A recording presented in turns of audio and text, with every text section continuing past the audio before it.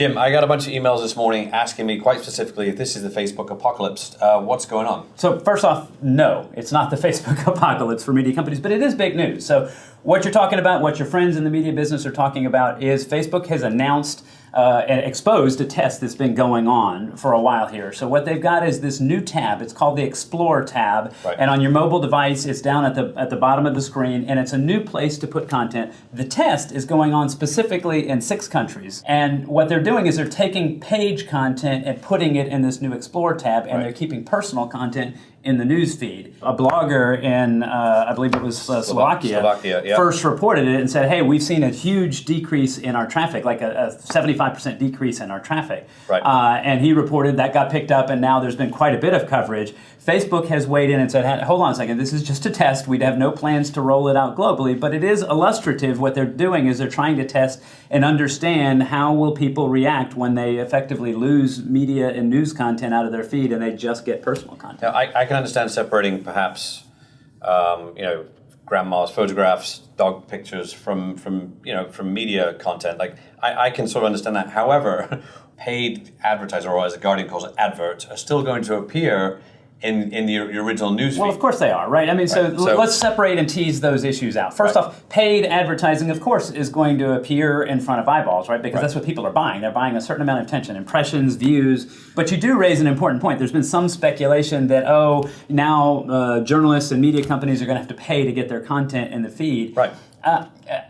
I don't even know what to say about that other than that's ridiculous, right? First off, the economic model of media companies is usually to charge people for access to content, not to pay to get people to read it, at least not quality content. So, and secondly, almost every one of these media companies, as you well know, does not have an economic model to pay Facebook to do that. So I don't see that as being a realistic possibility at all, except in the most extreme cases. The other thing I want to point out on those countries, I just did a quick analysis of the population here. Their combined population is almost exactly 1.0% of the world population. So you can see when Facebook conducts a test, it says, okay, let's find a representative set of people. It's sort of geographically distributed, and it's about 1% of the world's population. My guess is it's about 1% of Facebook's population too. So I think they were saying that we'll test this. They saw the commentary and effectively the backlash, and so they put out a statement saying, hold on, we're not doing anything other than testing. Just a test. But the reaction is illustrative, right? If they were doing it, it would be even far greater backlash with far more substance, because it really is a big deal. And by the way, this comes at a time when they're trying to build relationships with publishers. They've got the Facebook Journalism Project.